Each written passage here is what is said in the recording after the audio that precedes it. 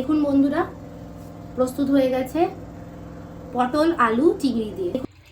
আজ বানাচ্ছি আলু পটলের তরকারি চিংড়ি মাছ দিয়ে। কড়াইয়ে তেলটা গরম হয়ে গেছে, এরপর একে একে চিংড়ি মাছগুলো ভাজতে দিয়ে দেবো।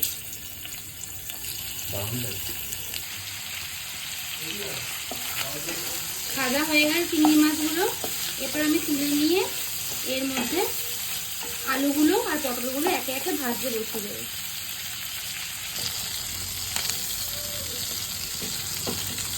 ভাজা হয়ে গেছে চিংড়ি মাছ, তুলে নিয়েছি। পটলগুলো ভেজে নেবো একে একে দিয়ে।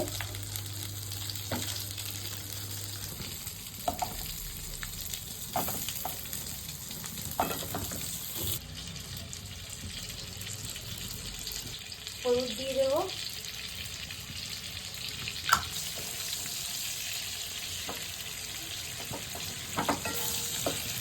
হালকা ভাজা ভাজা হয়ে এসছে। এবার আমি পটলগুলোকে তুলে আলুগুলোকে ভাজতে বসিয়ে দেবো।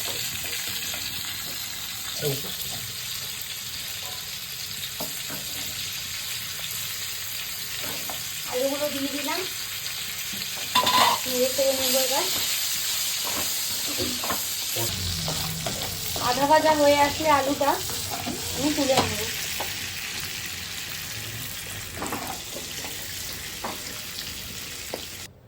সাদা জিরে ফোড়ন দিয়ে দেবো কড়াইতে। এবার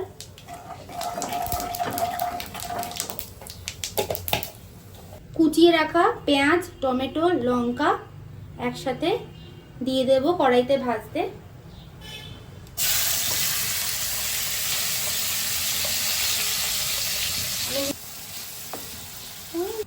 মশলাটা হয়ে গেছে, এর মধ্যে আমি দিয়ে দেব একটা পাত্রের মধ্যে সামান্য জল দিয়ে এতে জিরে গুঁড়ো, হলুদ গুঁড়ো, ধনে গুঁড়ো আর কিছুটা শুকনো লঙ্কা। মশলাটা কষানো হয়ে গেছে দেখতে পাচ্ছেন। এর মধ্যে একে একে আমি আলু, পটল, চিংড়ি মাছগুলো দিয়ে মিলিয়ে নেব।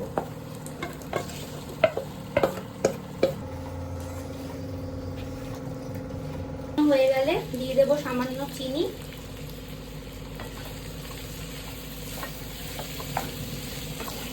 এরপরে কিছুটা জল, সামান্য জল দিয়ে